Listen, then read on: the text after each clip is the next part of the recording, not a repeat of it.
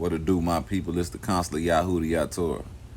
I want to talk about the propaganda behind this shooting that happened over the weekend and the push of ideologies, and they're trying to actually go after people's rights and freedom of speech and everything, and notice how they use random black people to support their agenda.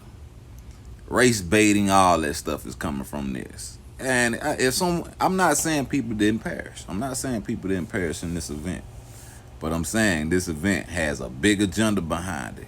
And it has a message from Yah Almighty. So let's get right into it. Update now. Tara?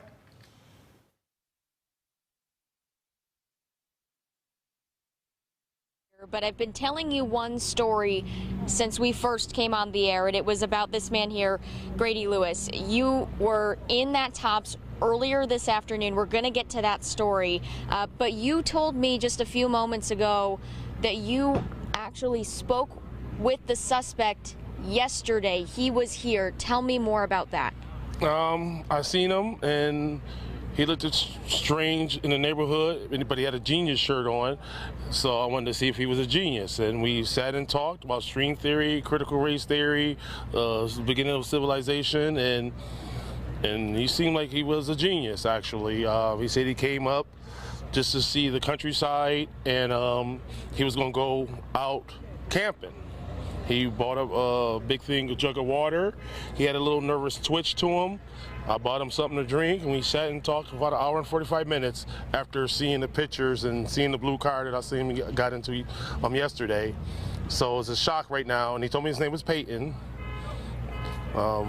So it's a shock. And we did see a blue car get taken away from this scene just about a half hour or so ago. And you were saying that you were speaking with him on a bench that's located outside of this Tops. Yes. That's the bench that earlier today, when I first got here, you were the first person I spoke to. You were telling me that bench is your office. Yes. And you usually like to stop and sit there and talk Yes. to people that are Yes. passing by.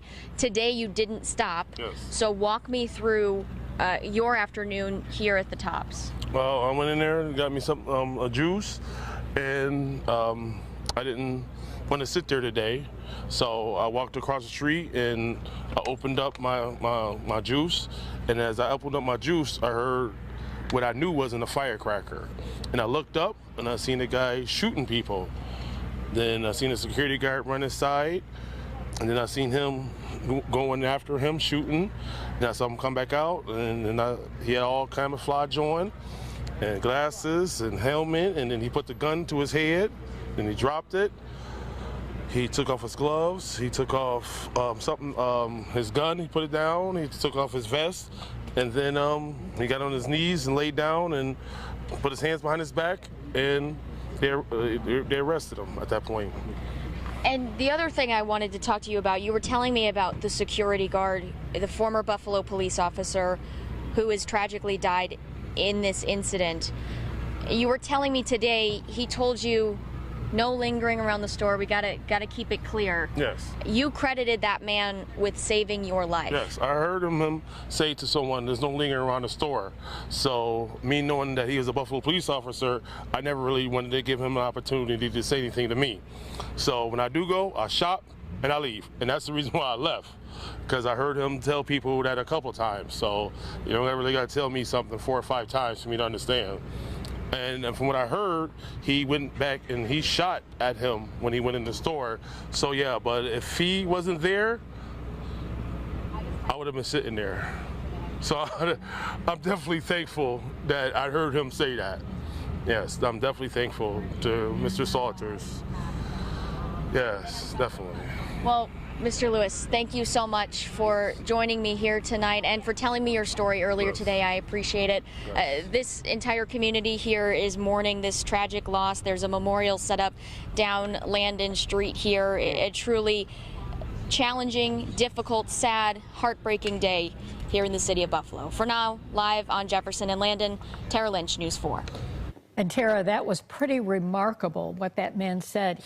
I'm sure authorities will want to talk to him. He said he sat for an hour and 45 minutes yesterday talking to the young man who is the suspect in this case. He also saw the end of the shooting today.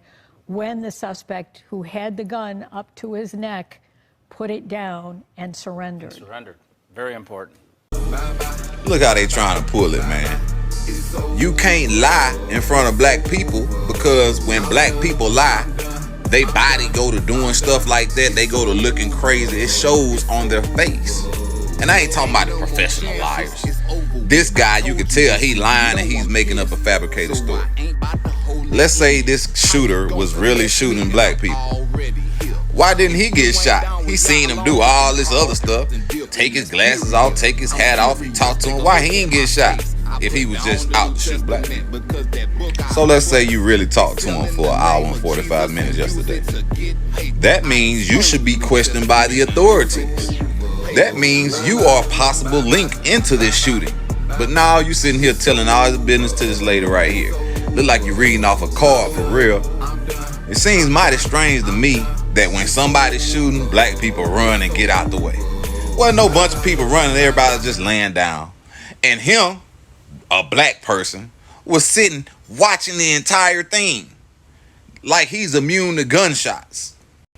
And bruh, if you really went through that like you say you went through it, you won't be looking like that telling the story. It'll be a real intense story, and you'll be telling about how the Most High got you out that situation. You saying everything like you forgot, or like you supposed to be memorizing, or like you're reading from a card. But let's just don't stop on this interview. Let's check out another one. As a Western New York peacemaker, you're here to mitigate violence. You're here to put an end before it starts. Yeah.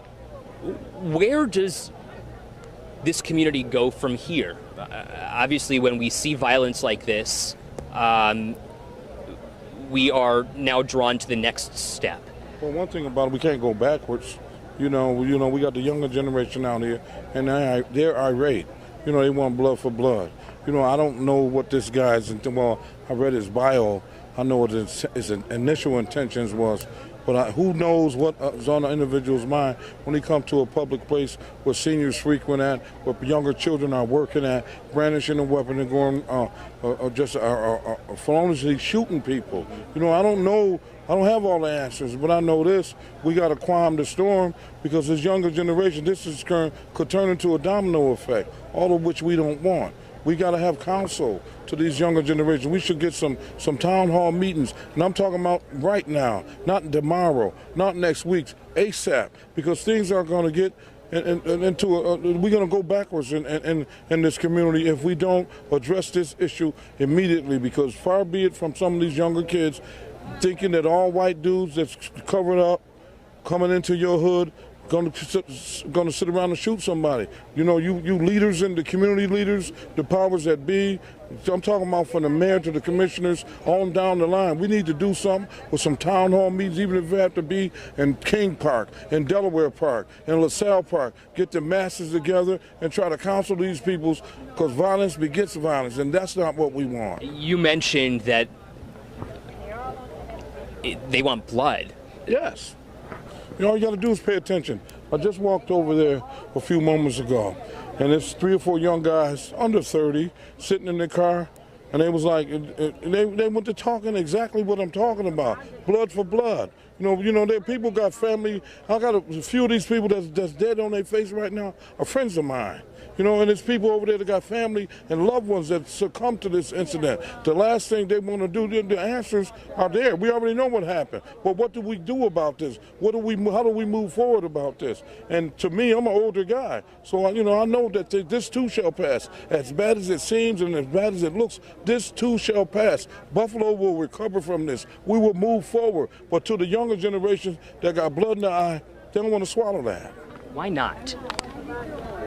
Ain't been around long enough. They're full of anger as it is.